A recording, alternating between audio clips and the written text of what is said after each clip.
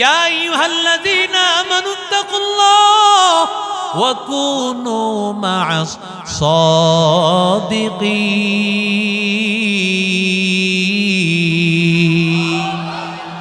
আল্লাহ বলেন, আল্লাহ তাআলাকে ভয় কর আর সাদিকিনদের সাথে থাকো। আব্দুল কাদের জিলানী রহমতুল্লাহ আলাইহি ছোট্ট কালে তিনি সাদিক। এরে নবীর আশিক উম্মতের দল, কেনই বা তিনি এত বড় আল্লাহওয়ালা হবেন না? ইরাকের জিলান শহরে আব্দুল কাদের জিলানীর জন্ম হয়েছে। কিভাবে আব্দুল কাদের জিলানীর জন্ম? কে তার মা, কে তার বাবা? ও মা, ও বাবা, সন্তানকে আব্দুল কাদের জিলানী বানাইতে হইলে জানতে হবে আব্দুল কাদের জিলানীর মা কে, বাবা কে। কোন মায়ের সন্তান? যেমন তেমন মায়ের সন্তানকে আল্লাহ আব্দুল কাদের জিলানী বানায় না। আবু সালেহ মুসা বাবার নাম, মায়ের নাম উম্মুল খায়ের ফাতেমা। উম্মুল খায়ের ফাতেমা। ফাতেমা আসল নাম, উপাধি হলো উম্মুল খায়ের। এরে নবীর আশিক উম্মতের দল, যে আবু সালেহ মুসা তৎকালীন সময়ে 4000 বুজুর্গ ওলিদের সোহবত গ্রহণ করেছে। আরো আসতে বলেন, কতজন? আরো জোরে বলেন।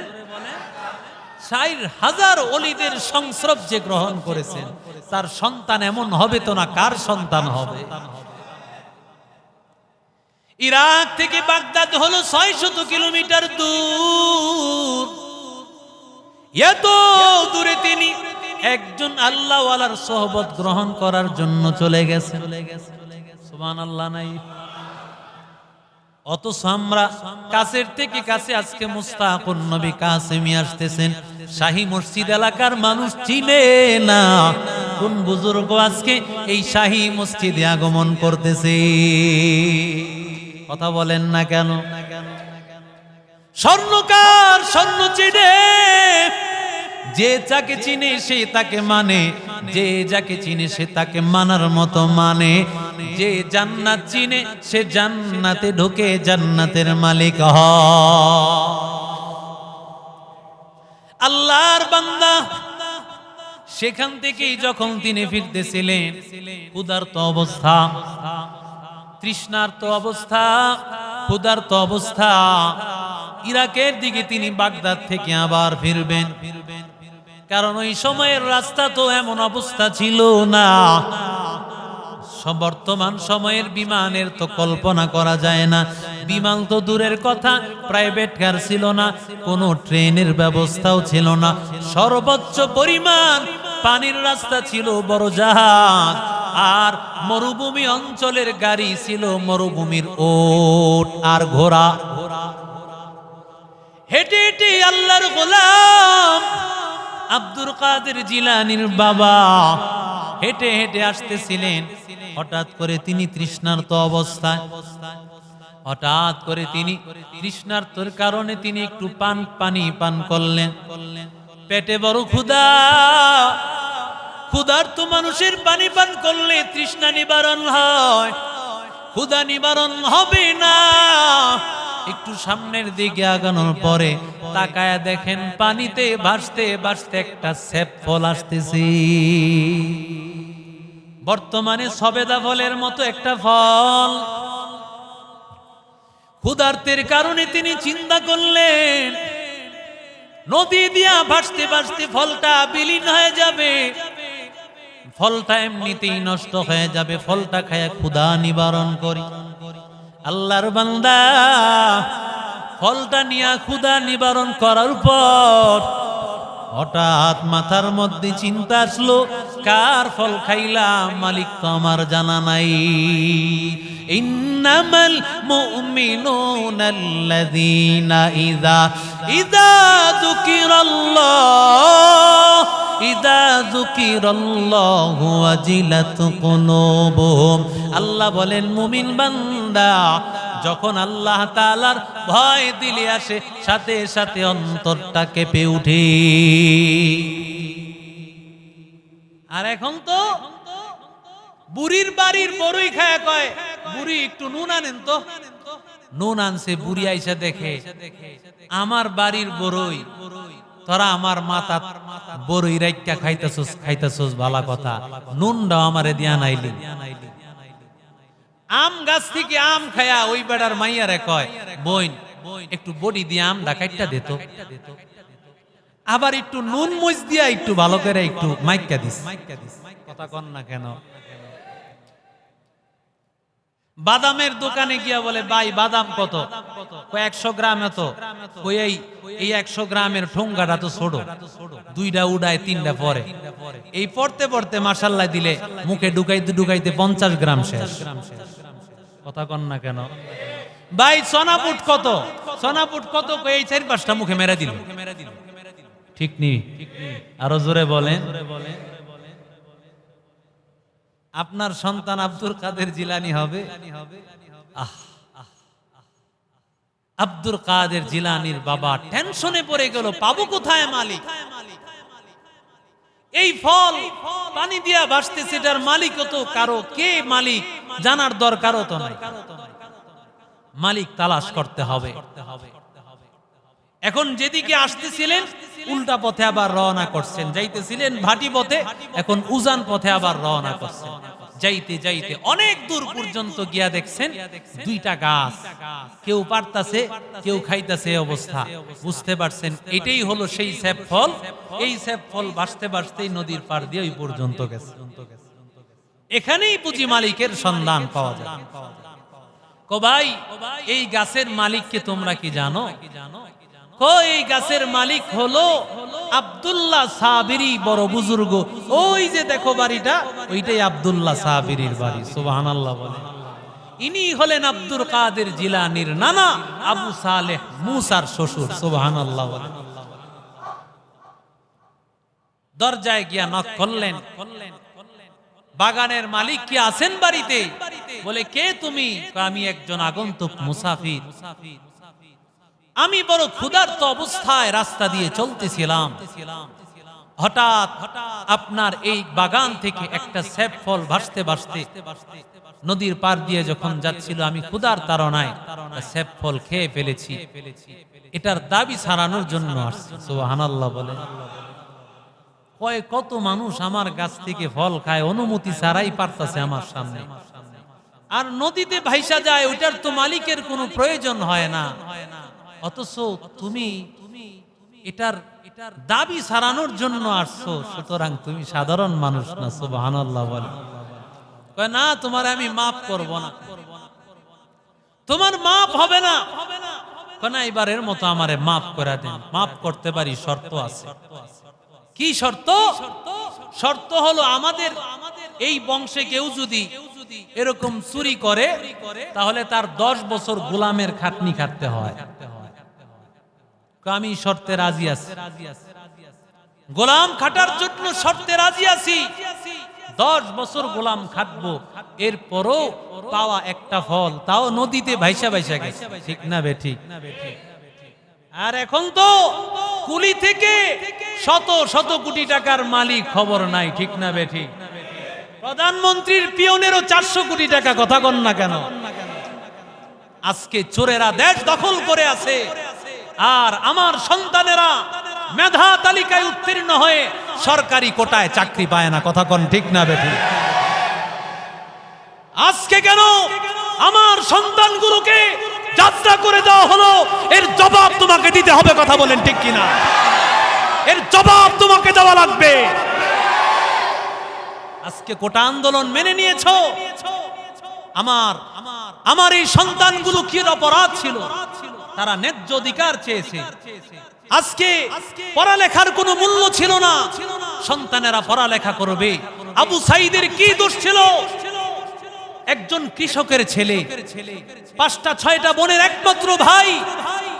এই ভাইটা কৃষকের ছেলে, একদিন আগে পোস্ট দিয়ে গেছে, আমি কৃষকের ছেলে, আমার এই সমাজে কোনো দাম নাই, কোনো চাকরি নাই, এই সমাজে আমাদের কোনো কোটা নাই, সব কোটা তারা নিয়েছে, আজকে আমার কোনো দাম নাই, মূল্য নাই।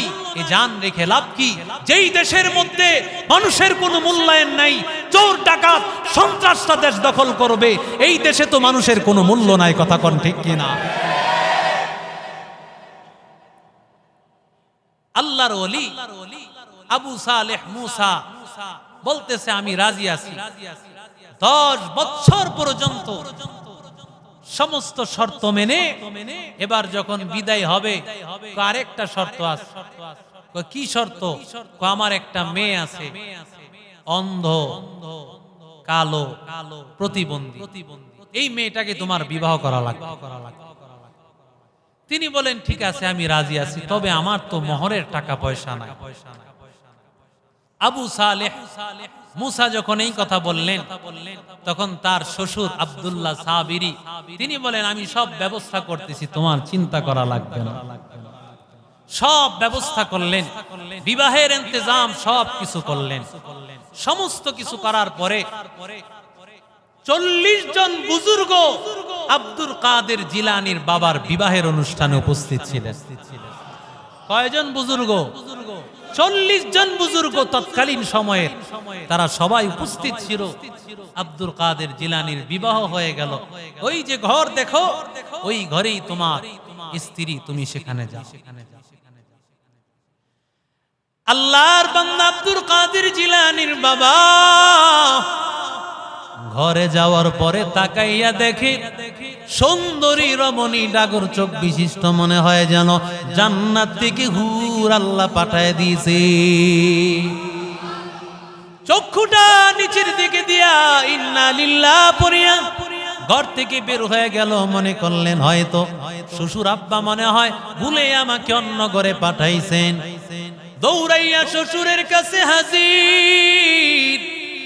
ও শ্বশুর আব্বা, আপনি বললেন আমার স্ত্রী নাকি অন্ধ, আমার স্ত্রী কালো, প্রতিবন্ধী। আমি তাকাইয়া দেখতেছি সুন্দরী সুশ্রী জান্নাতি একজন রমণী, চোখটা ডাগর ডাগর চোখ বিশিষ্ট, এমন মেয়ে আমি কোনোদিন দেখি নাই। আপনি মনে হয় ভুল জায়গায় পাঠাইছেন।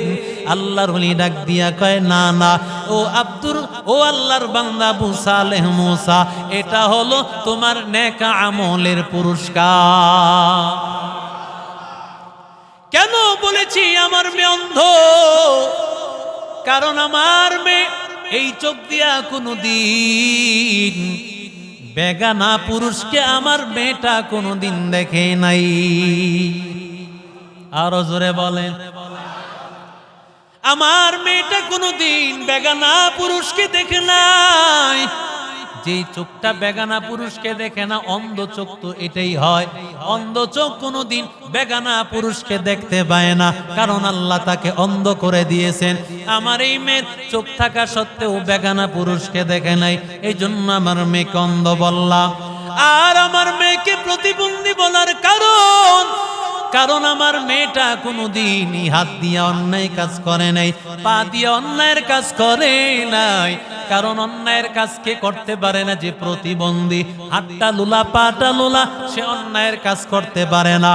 আমার মেয়েটা কোনোদিন গুনাহের কাজ করে নাই, এই জন্য আমি বলেছি আমার মেয়েটা প্রতিবন্ধী।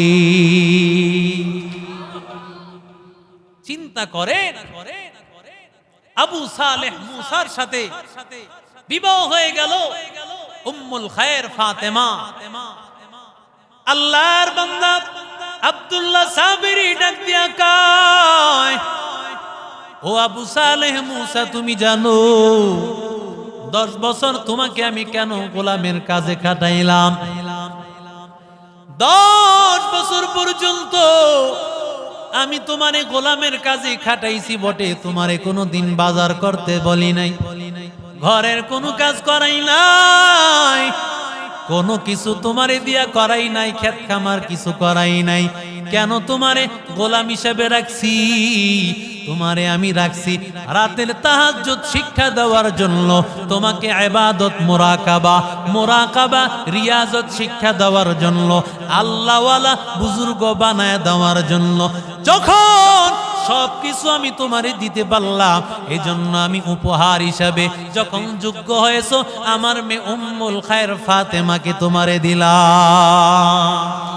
আতিনা ফি দার দুনিয়া না হাসান, আতিনা ফি দার উকবানা হাসান, ইয়া গিয়াসাল মুস্তাগীসিন ইহদিনা লাফতিগারা বিল উলুমি ওয়াল গিনা, কাদের কুদরতু দারি বার কামাল, আনতা রব্বি আনতা হাসবি যুল জালাল, তুহি কাদের জলিলুল্লাহ জাহাদার, বগর হালে তুহি মেরা নিগাহদার। জোরে কোন আল্লাহু আকবার।